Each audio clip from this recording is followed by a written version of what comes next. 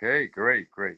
So we are up to Perek Tes of Hilchos Avodas Kechavim Mazales, continuing in the laws of idolatry. And today we'll talk about holidays, of what the relationship we should have with idolaters before their holidays. Primarily, there's two reasons why we are concerned to engage with idolaters before a holiday. Number one of the reasons brought in the Gemara, Masechtas Avodah Zarah, is that when you engage in business or in something that idolater has reason to thank or has more money, he will give thanks to his idol, and we do not want to cause a stumbling block. We do not want to be the cause of him serving his idol more. And number two is if we engage in business, that means he profits, and now he has more money to spend on idolatry. If it's right before the holiday, that's where his money is going to be going. So these are two reasons given for why we have the following laws. It's also important to note the Gemara over there, if you take a look at the Gemara, goes into, and the Rambam briefly discusses it, goes into great detail. If you're basically in a situation where you see that the idolater is going to be using the money for idolatry, for example, he's going to a marketplace that is all for the benefit of idolatry, then you cannot go to it. Similar to what we discussed last night, if it's a hospital that you know for sure it's supporting idolatry and they tell you, then it's a different story. So let's get right started. I'll share the page. Oops, wrong.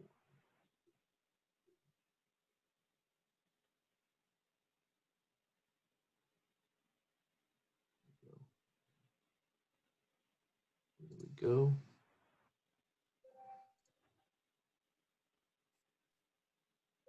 Okay, 3 days before the holiday of a false deity, it is forbidden to sell and buy things that last. To borrow money and to lend money. To pay back a loan or to be paid back. Milva bishtar or ilamashkin, whether it was a loan that was a result of a contract or it was on collateral security. If it was a verbal loan, then that you lent out to idolater, then you could be paid back within 3 days of this holiday. The reason why we don't want them to pay back, even though it's something that they're paying money and they have less money, but it's something to cause great thanks for. When someone's debt-free, there's a lot of gratitude involved, and they're going to show that gratitude to their idol. So we don't want that. We don't want to cause that. But if it's something that's going to be lost, for example, verbal loan, where it can't be enforced anyway, and the guy's ready to pay you back, you take it. You could sell them things that don't last, like vegetables and cook until the day of the holiday, because back in the day they didn't have fridges, and it was only good for like 1 day, these items, and therefore it wouldn't be in any way supporting their false deity worship. When are we talking? This is when does this apply in Israel?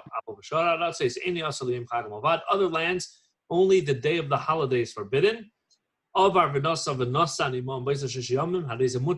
what if you did engage in business in these 3 days? The profit is permitted. We discussed yesterday that a false deity can't have any benefit from any. It can't derive any type of benefit. But the engaging in business is something you shouldn't do. But it's not considered to be a false deity itself. It's not considered to be a part of Avodah Zarah, just something we don't want to do. Therefore, you could have hana, you could have benefit. But if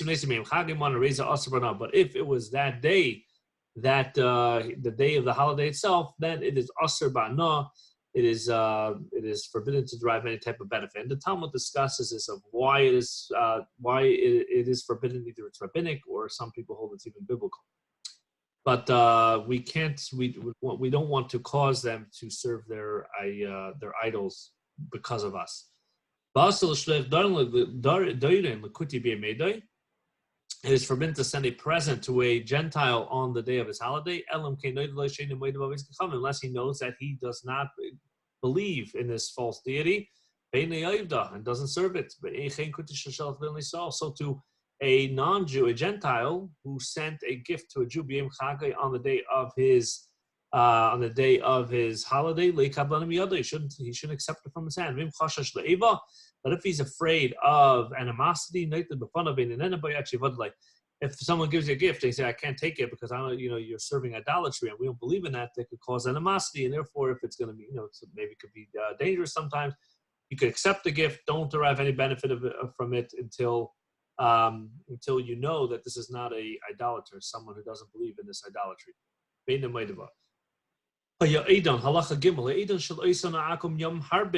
What if it was a long season?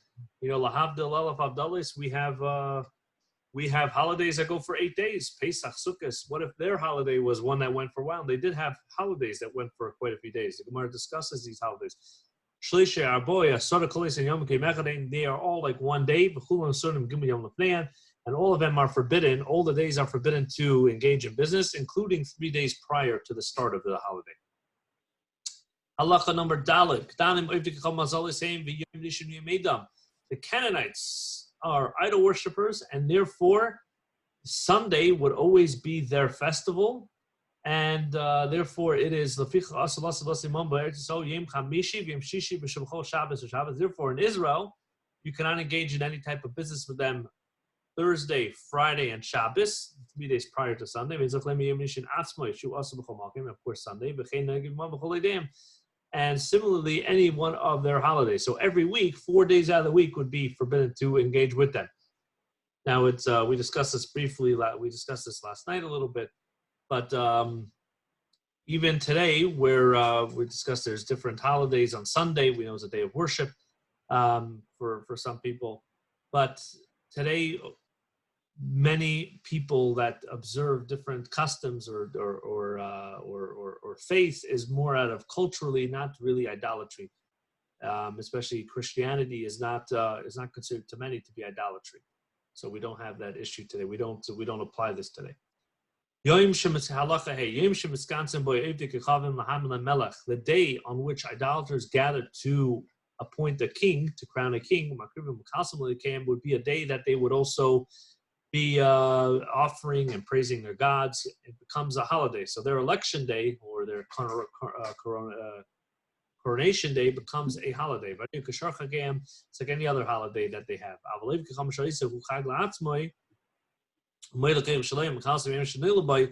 A private holiday, for example, someone's birthday, that he would go and show lots of gratitude and praise his false deity. Or at different significant days in his life, days that he would have his hair cut, or he would make it out of sea voyage, where he left jail, or a day that he made a wedding for his son. Only that person on that day is it forbidden to engage in business or engage in above acts 3 days before of the loans and the business and to gifts. Same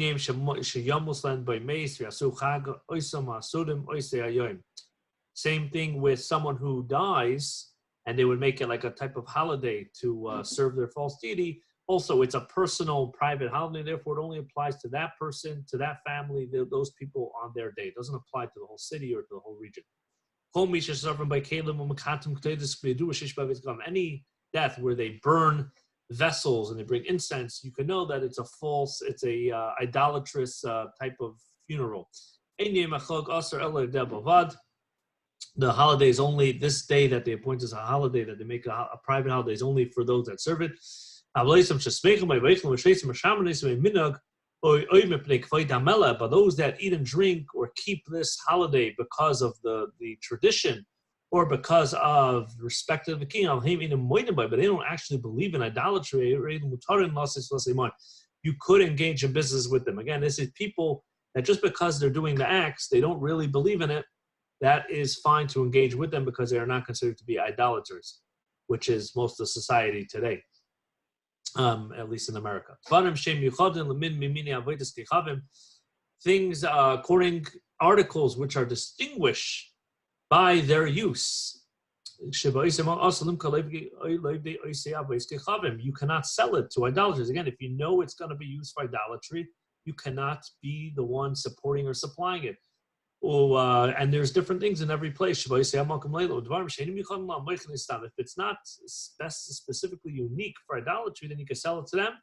If it's not specified for any usage.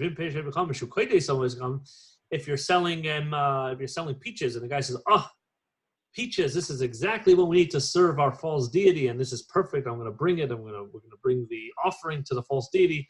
Also, then you cannot sell it to him. Unless you damaged it, that he can no longer bring it. Let's say peaches, they would want to bring perfect things to their false deities. Therefore, if you damage the peach, let's say, made a little hole in it, then you can sell it because you can't use it anymore for idolatry. Because you don't bring anything that is blemished to an idol.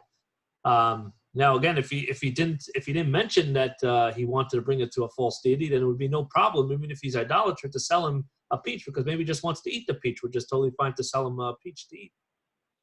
But we don't want to supply them with with articles to serve their idols. What if you had unique things and you had things that weren't unique? For example, here are some things that were unique and things that weren't. He has the frankincense with white frankincense that was usually brought for idols, that was unique to idol worship. But he also had it with black levino, which is black frankincense. He could sell it all together unspecified. You don't need to be worried that he's going to start picking out the white frankincense that is going to be used for the idolatry. He sells it in one batch, and hopefully you're assuming or hoping that he's going to use it for just to have good smell in his house or whatever he wants to use it for. Halacha number ches, kashem she'ein moichlin loive kechavim dvarim shmachzikim ben yidei laves kechavim. Just like you do not sell, is forbidden to sell idolaters anything that assists them to serve avodah zarah. So too, you can't sell idolater things that are a public hazard. Kigoin dubim varayis, sell them bears and lions, klezayin, weaponry, kvalim, mushashalois, chains and metals. You can't sharpen their weapons for them. Anything that is forbidden to sell to idolater is also forbidden to sell to a Jew who you are concerned and you suspect that he will be selling it. He's a dealer that sells it to idolaters. It's just not you can't just do it in a roundabout way. It's only I can't sell to idolater, but I can sell it to a Jew, and it doesn't make a difference what happens with it. The goal, the concern is that it's going to end up in the hands of the wrong people. And therefore, whichever way it ends up, if we're concerned it's going to get to that place, we have to make sure not to sell it. We saw listed also to sell, forbidden to sell any dangerous objects to Jewish thieves. In any place, in Yiddishkeit, it's not only that I have to be concerned about myself and I'm not doing anything wrong, but I also can't bring any stumbling blocks or encourage or assist anybody else in doing something wrong. And this is a direct prohibition against selling weapons to terrorists or dangerous people. There's a prohibition in the Torah. Now, what happens if Jews are dwelling among idolaters in an idolatrous country? I mean, the government is maybe serves idolatry, and they're protecting Koslam Bris, and they have a covenant with them. It is permissible to you could sell weaponry to the king and his armies because they are protecting the country and they are waging war against the country's enemies. They're protecting us because we dwell amongst them. So if we're in that country, we can assist and sell to the government. A city that has idolatry, you're allowed to go to the outskirts of it. You cannot go inside the city. If it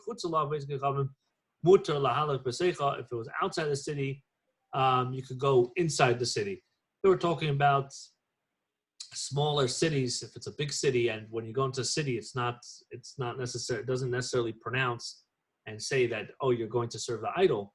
But they have these small villages in different parts of the world where the whole city, the whole village, you call it a city, but it's really a very small city, is all about serving the idol. So if you're going to that city, you're basically, even if you're not going to serve that, you're going there for business, but everybody who goes there is basically going to serve that idol.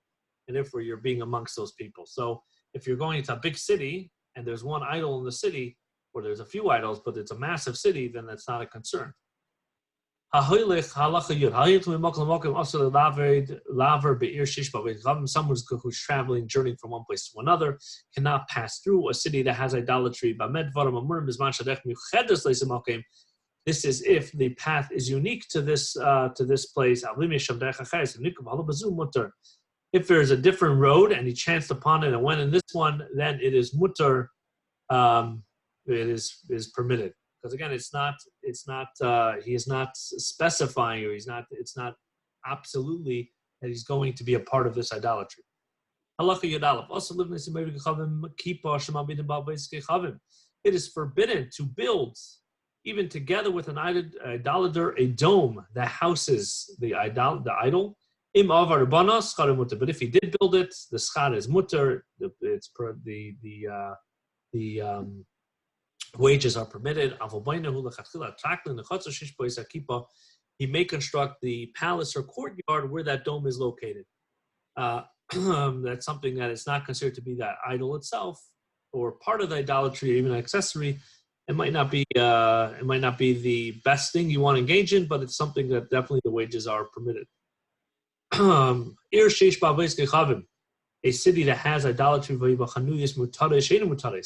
and in it were shops which are adorned and some that are not adorned. The adorned ones, which would seem to be associated with idolatry, is forbidden to have any type of benefit from anything inside, because it's we can assume that it was adorned for the idol.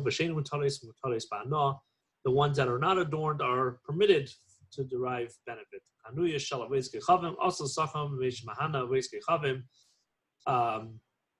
Is forbidden to do business with stores that are owned by a false deity, because you will offer benefit to that false deity. Someone who sells a house to an idol. The money is prohibited, is forbidden to use. And he has to bring it to the Dead Sea, because that's where they would bring things that are forbidden to derive any benefit, because the salt would erode the metal over time. What if the idolaters forced a Jewish person and they basically stole his house, where they even bought it, they forced him to sell it, and they gave him money. That money is permitted because he was forced, and he never really sold it. And he may even formalize a sale in accordance with the civil law procedures, because here he was forced, he didn't go and sell it.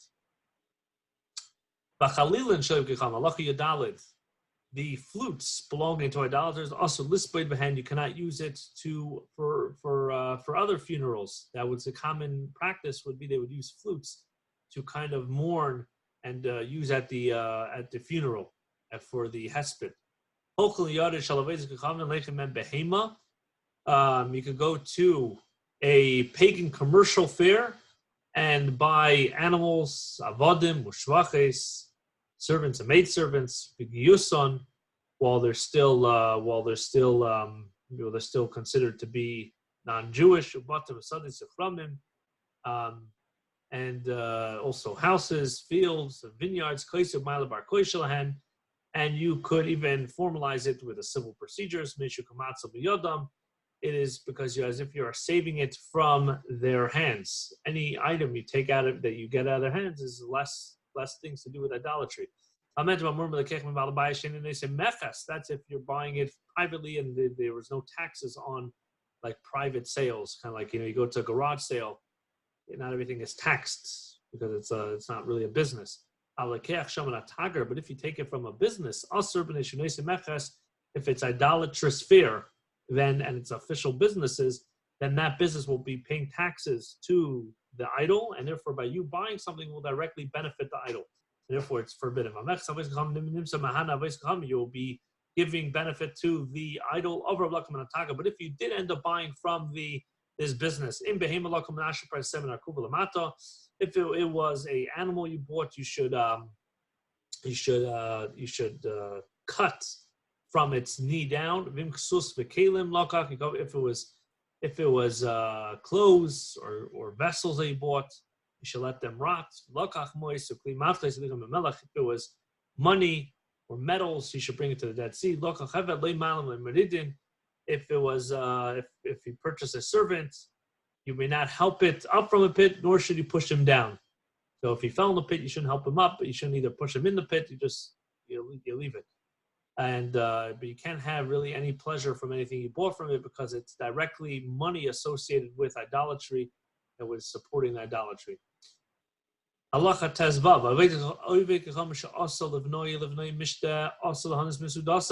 When an idolater makes a wedding party for his son or daughter, you cannot have any benefit from the party. Even to eat and drink, even for the Jewish person to bring his own food and drink and to have benefit from his own. Since it is a party that is associated with idolaters. From when is it forbidden to eat by this non-Jew, by this idolater? From when he starts to prepare the meal for this big party that would be that is in tune with idolatry. All the days of the party and after the party 30 days. If he made additional meal or party because of the wedding, is forbidden until 12 months passes.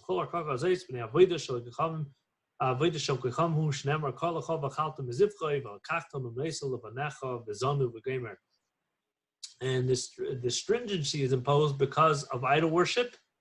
As it says, and he shall call you, if you're eating with him, he shall call you, and you shall eat from his slaughter, and he shall choose from his daughters for your sons. His daughters will stray after their gods, and they will lead your sons astray after these gods. So we have to be very careful, anything to be associated with idolatry, to stay away from. Bas Yisrael, Lo Yiseinik. Important to note, though, that these some of these laws, any laws that apply for assimilation still apply. So that we know there's a few halachas we keep, a few different things we keep as to keep us from assimilating. For example, wine, and those things still apply. Nothing changed. The only idolatry laws that has changed. Not the law has changed, but the people have changed. So therefore, we are not as concerned with idolatry as we were back in the day, because today most people are not idolaters. Halacha 16. A Jewish woman should not nurse the child of an idolater, because she'll be raising idolatrous son, a son for the idolatry. And she shouldn't either help a someone who's giving birth to idolatrous son. If it will cause animosity, then she should help out. But the idolatrous woman may serve as a midwife for a Jewish woman and nurse her child in the premises of a Jewish person, because we're afraid that she might kill the child. Therefore, someone should be around. A lot of these laws might sound a little bit funny, a little bit ancient. But these are, the Gemara recounts stories how life was very cheap those days, and especially anybody who didn't believe in idolatry was deemed an infidel, and their life wouldn't mean anything. They could kill them. They could, and if there's different laws that you couldn't even go to a barber unless because people you could be killed easily unless they're important people where their lives wouldn't be as free to just kill, and therefore you don't have to be that afraid. today we are all considered to be important people because no matter what, whoever kills somebody is going to be pursued and is going to be investigated. And therefore, people don't just kill people. But these are if you look at the Gemara, it brings many different stories that happen. Halacha Yud Zayin. It's forbidden to trade with Gentiles on their way to places that are going to be used for idol worship. But it's permitted to trade with them when they return because now they're not going back. That's if they do not journey in a caravan. Because if they're all, it was a caravan, then maybe they would they're going back. It's one group. Maybe they'd be going back to the place. A Jewish person is going to a reproachful place of idol worship.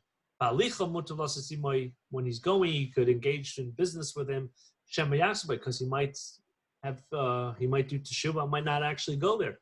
But once he's coming back, he goes there and comes back, then it is forbidden to engage with him because now he is an idolater. He already served the idol. Of course, if he does tshuva, he is always accepted. But here we're talking about where he did not do tshuva yet. If it's a apostate Jew, whether he's on his way there or back, it is forbidden to engage with him because he's probably going to serve the idolater and not going to come back and not going to change his mind on the way. And halacha yirches, the final halacha. Yisosh halacha yadid shalakum, when a Jew attends a fair of idol worship, when he comes back from this marketplace, it is forbidden to engage with him to trade with him, because he definitely has things from the idolatrous fair, which may akum biyad yisol, and any idolatrous money which is in the hands of a Jew is forbidden to derive any benefit. Remember, these fairs, when we call them idolatrous fairs, the money would be used to support the idolatry, and the taxes would be used to support the idolatry. But if it's in the hands of idolater, it is permitted to benefit from that money, because that money itself is not considered to be idolatrous money, because only money that's been exchanged for the idol in the Jewish hands is considered to be idolatrous money. Therefore, you could trade with any idolater that comes from these areas. But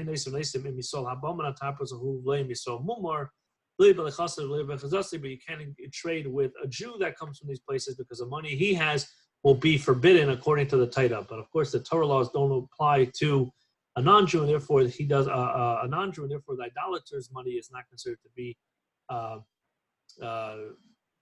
forbidden to benefit from.